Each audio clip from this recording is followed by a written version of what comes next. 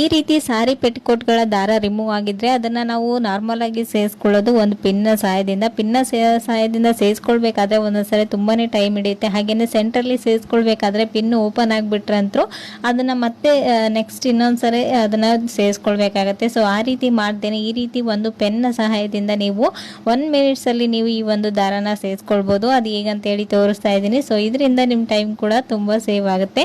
So ನೋಡ್ತಾ ಇರ್ಬೋದು, ಇವಾಗ ಪೆನ್ ಒಳಗಡೆ ದಾರನ ಇಟ್ಟು ಕ್ಯಾಪ್ನ ಗಟ್ಟಿಯಾಗಿ ಕ್ಲೋಸ್ ಮಾಡಿ 1-2 ಮಿನಿಟ್ಸ್ ಅಲ್ಲಿ ನೀವು ಇದನ್ನ ಜಸ್ಟ್ ಈ ರೀತಿ 2 ಟೈಮ್ ಎಳೆದ್ರೆ ಸಾಕು, ನೀಟಾಗಿ ಈಸಿಯಾಗಿ ನೀವು ಸೇರಿಸ್ಕೊಳ್ಬಹುದು. ಸೊ ನೋಡ್ತಾ ಇರ್ಬೋದು ಇಲ್ಲಿ ಎಷ್ಟು ನೀಟಾಗಿ ಬರ್ತಾ ಇದೆ ಅಂತೇಳಿ. ಸೊ ಕೆಲವೊಬ್ರು ಹಿರಿಯರು ಇರ್ತಾರೆ, ಅವರಿಗೆ ಸೇರಿಸ್ಕೊಳ್ಳೋದಕ್ಕೆ ಬರ್ತಾ ಇಲ್ಲ, ಸಣ್ಣ ಪಿನ್ ಇರುತ್ತೆ ಅಂತಂದಾಗ ಈ ರೀತಿ ನೀವು ಸ್ವೆಟರ್ ಆಗಿರ್ಬೋದು, ಈ ರೀತಿ ಪೆಟಿಕೋಟ್ಗಳ ದಾರ ಉಚ್ಚಿ ಹೋಗಿದ್ರೆ ಈ ರೀತಿ ಪೆನ್ನ ಸಹಾಯದಿಂದ ನೀವು ಸೇರಿಸ್ಕೊಳ್ಬಹುದು. ತುಂಬಾನೇ ಈಸಿ ಇದೆ.